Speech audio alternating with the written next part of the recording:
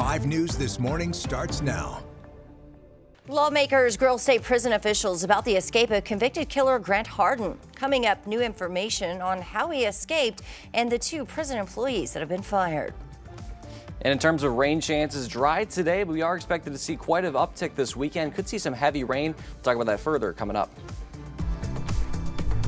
School is out, and for many students, that could mean missing a meal that they rely on. I'm Jacob Luthi, live in Fayetteville, talking about Arkansas's summer EBT program and how it aims to fight food insecurity right here in the state. And we are taking a live look outside this morning. Beautiful sunrise, looking like it's going to be a good Friday. That's right. It is Friday. Thanks for waking up with us here on 5 News and streaming on 5 News Plus. I kind of feel like going into the weekend, the only thing I'm asking for is just some good weather. Good weather. Come on, Danny. We're not asking for too much. Sunny, 75, not a raindrop in sight, maybe a light breeze. I hate to break it to you, Tiffany. No. I don't know. The 75 I might be able to get you because it might be raining, and that might help cool it down. But in terms of like a 75 high with just sunny, I will try my best. I will do everything in my power, Tiffany, because I really want that 75-degree weather as well. Unfortunately, it's already 75 right now, so that's your weather, and it's 6:30 in the morning. We're seeing nice sunrises though across the board. One thing to note that there's some Saharan dust elevated in the atmosphere. Air quality is not expected to be too terrible, but we could see some vibrant oranges and reds, and things could be a little bit hazy out there. So that's just something to keep an eye on as we go throughout the day today. It could be beautiful to look at, but those with heavy susceptibilities to allergies or breathing, just be mindful of that. As we head through the day, northwest Arkansas, high temperatures will reach the upper 80s and low 90s. I think eventually later this morning, we will see more of that cloud cover break apart. Then for the River Valley, high temperatures in the mid 90s. Won't feel necessarily as hot as yesterday, but still pretty hot. Peaking index anywhere from about 92 to 102. This weekend looking like a different story. Northwest Arkansas, especially on Saturday, could see those storm chances as well as Sunday. River Valley a little less favored on Saturday, but on Sunday as well. With these storms, we could see some heavy rain that could potentially lead to some localized flash flooding with how slow those storms are moving. We'll talk a little bit more about the timing and the amounts of that rain coming up in your full forecast. For now, we'll take a look at traffic. We'll go along I-49 at Puppy Creek. A beautiful shot of the sunrise. As I mentioned, you're seeing a little bit of that hue. Again, it's not much. It's not super noticeable, but again, a little bit of that dust could create a little bit of that hue this morning. Thankfully, the dust does move out tomorrow. That's because of that cold front creating those rain chances. Again, we'll talk more about that coming up in about 10 to 15 minutes. Joe and Tiffany. Well, the Clarksville mayor is calling on the community to take care of the recycling center after trash started piling up. Yeah, this week the mayor announced that the center will be closing. And Emily, you spoke with the mayor, so when exactly did this all start? So it all started years ago around the 2020 era. Clarksville Mayor David Ryder told me that it started during the pandemic. People started leaving more and more trash at the recycling center, forcing the city employees to then have to sort through their bags to find the actual recyclable items. Over the years, the problem has now gotten worse. Mayor Reeder tells me that it's not just one person. They've caught multiple different people on camera leaving their trash. Both the public works director and the mayor say that the items left there for the city to handle are out of bounds. About once a month, we get 5-gallon buckets of human waste left here. There was issues where someone's freezer apparently had gone out, and they took the contents of that freezer on a day like today and let it sit in the sun and cook until Monday when the employee shows up to work. And by then, it's in a state that's undescribable, and I don't think it's worthy of television. Despite these issues, the center is going to reopen. Mayor Reeder is working on a proposal to council to hire a full-time attendant for the facility, as well as updated surveillance and gates. He tells me the recycling center is extremely important to the local businesses and community that does use it correctly. So he wants it back as soon as possible. Joe? All right, thanks for that, Emily. Well, now to a developing story out of Lavaca where one person is dead after a shooting. This is video taken by a viewer after police got to the home on Highway 96. They found a victim who was shot. They were taken to the hospital and pronounced dead. Police say they do have a person of interest at this hour, but no arrests have been made. Names of those involved have not been released. Of course, we'll continue to follow the updates and bring you the latest here on 5 News. And in continuing coverage this morning, Arkansas lawmakers put the Department of Corrections in the hot seat. They're pressing for every detail that led to the escape of convicted killer Grant Hardin. 2 Calico Rock prison employees have been fired. Board of Corrections Chairman Benny Magnus called it human error. One worker allegedly let Hardin out unsupervised. Another in the tower let him through the gate without checking his ID. Lawmakers also grilled Magnus about how Hardin got his makeshift uniform. Became available to him a black marker, regular black marker, and that's how he dyed his clothes to make it look dark.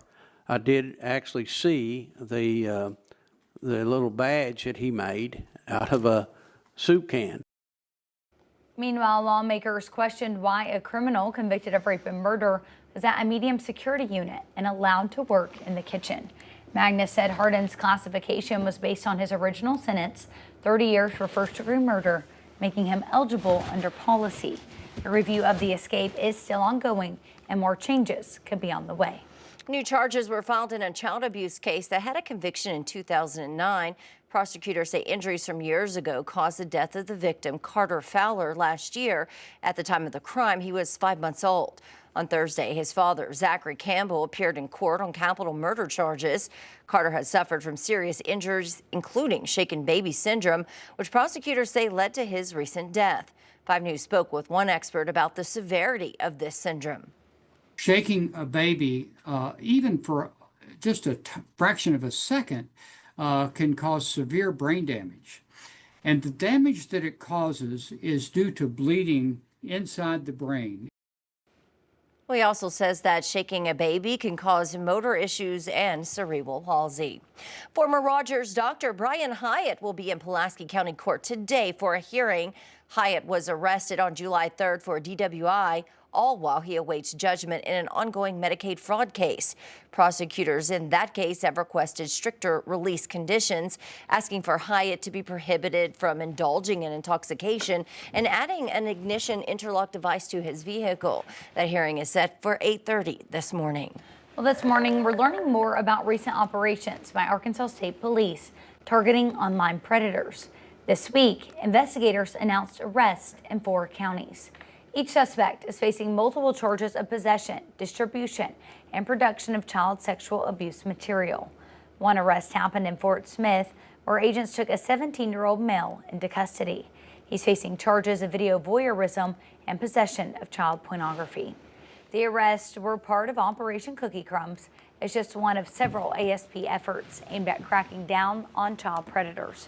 The commander of the Arkansas Internet Crimes Against Children's Task Force says they've seen a 40% uptick in cases over the last 5 years.